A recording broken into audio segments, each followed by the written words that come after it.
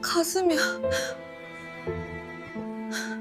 Ani, Juan gang wai John yun jonde. Eo, yuyu jinja gays umiapa. Okay, ganito yan. Ang gays umiapa, literal na masakit ang dibdib ko, pero hindi yan para sa physical pain.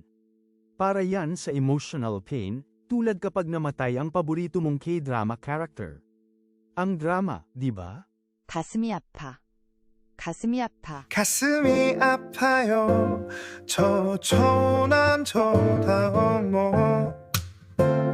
Pero seryoso, K-drama gold to. Gagamitin mo to kapag talagang heartbroken ka o sobrang lungkot. Huwag mong gamitin kung kailangan mo ng doktor, ha? At medyo casual to, kaya mostly para sa mga kaibigan o kapag nagpapahayag ka lang ng nararamdaman. 가슴이 아파요. 저 초난 초다운 뭐. Okay, ikaw naman. Anong K-drama scene ang nakakapagpa, gays umiapa, sa'yo? Sabihin mo sa comments. At huwag kalimutang mag-follow para sa mas marami pang Real Korean.